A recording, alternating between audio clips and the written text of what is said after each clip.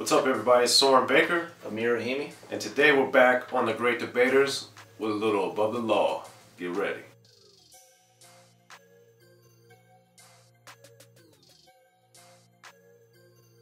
Alright, Amir, so we're both big fans of Above the Law, for those that don't know. And today on The Great Debaters, we're going to discuss the last song on the debut album, Living Like Hustlers, which dropped in 1990. This, of course, was a great era for Ruthless Records. The only asterisk and unfortunate reality is Ice Cube's departure, which is evident on the last song because following up from the grand finale on the D.O.C's album, of which Ice Cube was on, Ice Cube is not on the last song, unfortunately. Nonetheless, that doesn't make it a bad song, and that's why we're going to debate it to see, in our opinion, who has the best verse on the last song. The last song on Above the Law's Living Like Hustlers. So, you know, we get to hear all of Above the Law throughout the album. Then we get to the last song, and then KM.G the Illustrator kicks it off. Yes, sir. So, Amir, what's your take on KM.G's verse? KM.G the Illustrator coming in very, very, very proper. One notable thing that you mentioned, obviously, we have the departure of Ice Cube. D.O.C, it's not his album. He's also not featured on the song. They shout him out, They do shout him out, though. They do shout him out. Thankfully. The format of this song is very also similar that of the grand finale. I like how KM.G, as you stated, will start the song off and we get the Mr. Cole 187, amazing, ending the song off, which I think was just very smartly placed.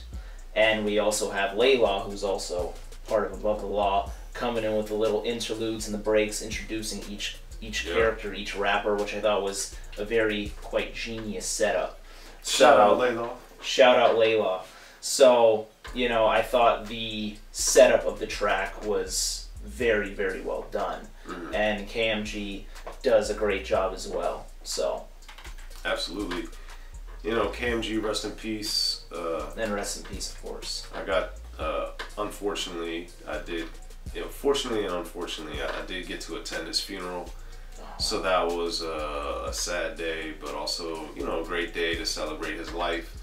And I think that he's one of those guys that, partially because he's deceased, but, you know, just with Cold 187 being such a great producer and a great rapper himself, KM.G, I think now, as time has passed, hasn't gotten as much recognition. But for those that listen to Above the Law and love Above the Law like we do, KM.G is incredible. And he just does a great job doing what he does, kicking off the first verse, and then we get into Dr. Dre. So Amir, you know, Dr. Dre, I think is very underrated as a rapper, because most people, obviously, in our opinion, and I think in fact, he's clearly the best producer in rap history without really a debate. Thank you for that. Yeah. Thank you for that. But I think he's also very underrated as a rapper. He has great presence, he has awesome delivery, and, you know, especially in the Ruthless and Death Row eras when he was doing a lot more rapping than he did later in the last, you know, 15, 20 years. True. He was always also partnered with and paired up against the greatest rappers of the era. So that's the case here again on the last song, and I think Dre did a great job. What did you think of that? And to whom he also helped mold, too. Yes. Man, Dre, and I'm happy you said that, because Dre is such a great rapper. Maybe some people wouldn't like this to come out of my mouth, but I think he's the best rapper on the microphone. Best producer on the microphone. Okay. And I don't mean, obviously we know he doesn't write his lyrics for the most part, if not all, but I just think his delivery, his voice, his approach, and just him being a producer and knowing what sounds right where, he knows how to rap. And he obviously shows that here.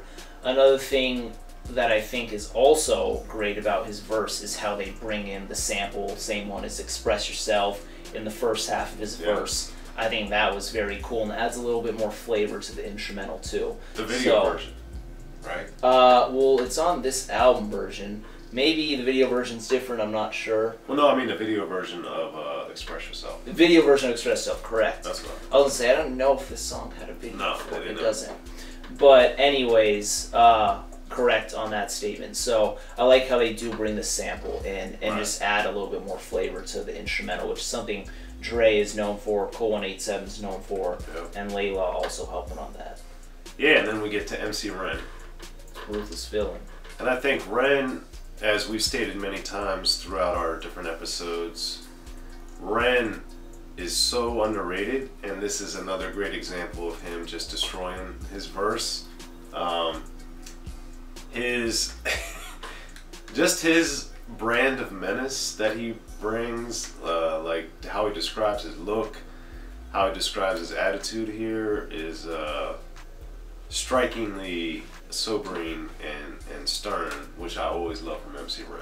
He's always very, very ruthless, you know, as he suggests in a few of his album titles and songs. Right. He's great, and also they use the same production tactic on here for the first half of his verse. They bring in another sample in, so I do like that they're aware of this, and Layla always kicking the flavor in the bridges of the song, I think is very, very cool. It's not a chorus, it's just a few seconds introducing, boom. And you know what's my favorite introduction is when they introduce Eazy-E, whose verse is next, and you want to know why? Because I see a little bit of forecasting here, because they mentioned Temporary Insanity Eazy-E, which is going to be the name of his album, which turned out to be Straight Out the Streets of motherfucking Compton.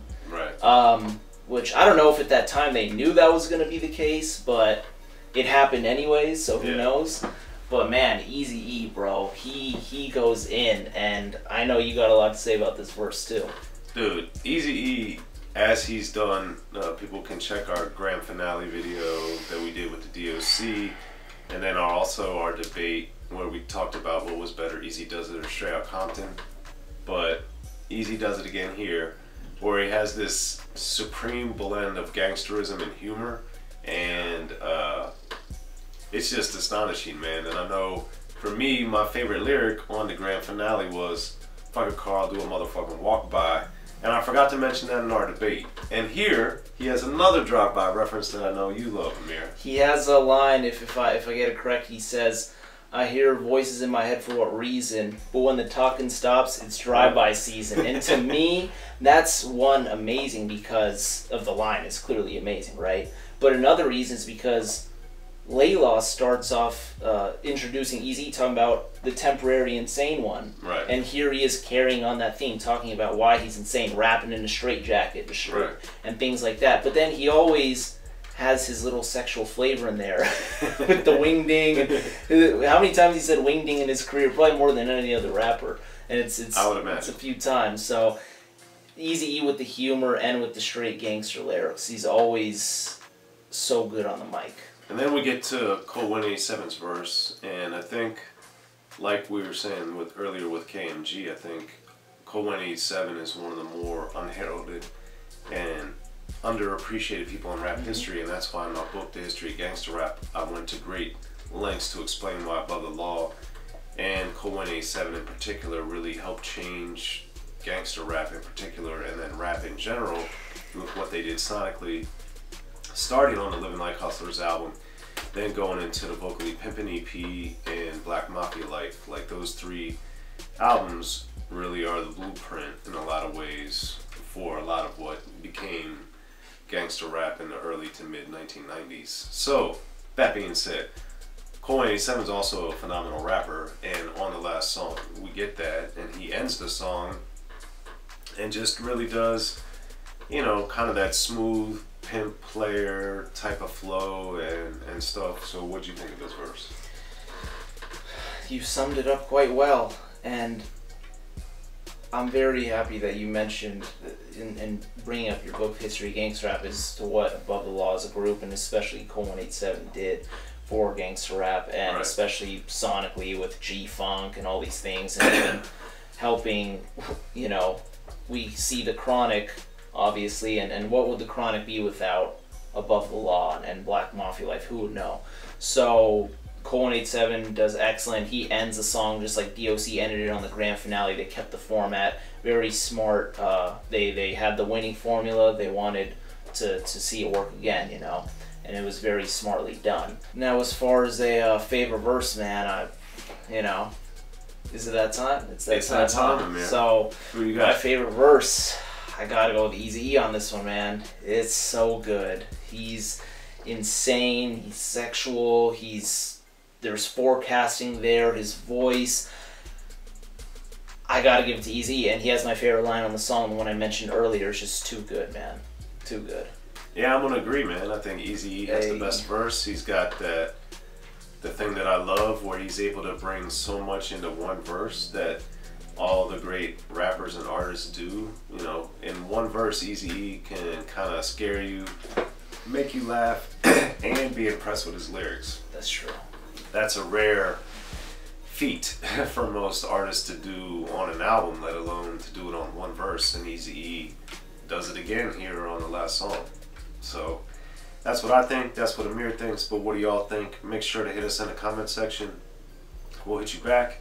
Either myself, Amir, or the people at Unique Access. I'm Soren Baker. Amir, Rahimi. Check us out, y'all, the Great Debaters. Be sure to check out the History of Gangster Rap by Soren Baker. He's official. History of Gangster Rap features exclusive interviews with Ice-T, Snoop Dogg, MC Ren, the D.O.C, and dozens of others. The History of Gangster Rap, a definitive look at how Los Angeles changed rap forever. In Los Angeles, the streets definitely set the tone of the hip-hop music. At 19, I got a $50,000 car. My whole angle always was, I'll be street, but I will always tell you the horrors that go along with this life. It would be penalties and casualties for just wearing the wrong color in somebody's neighborhood. And once gangster rap made it from the streets to the TV, the genre exploded. With Fab 5 on Your MTV Raps with NWA. Yo MTV, it just catapulted us from being local heroes to national gangbang rappers. The History of Gangster Rap discusses it all from 1980 up till today. It's always gonna be shit happening in the streets. You know what I mean? So it's always gonna be something to talk about. The History of Gangster Rap in stores now.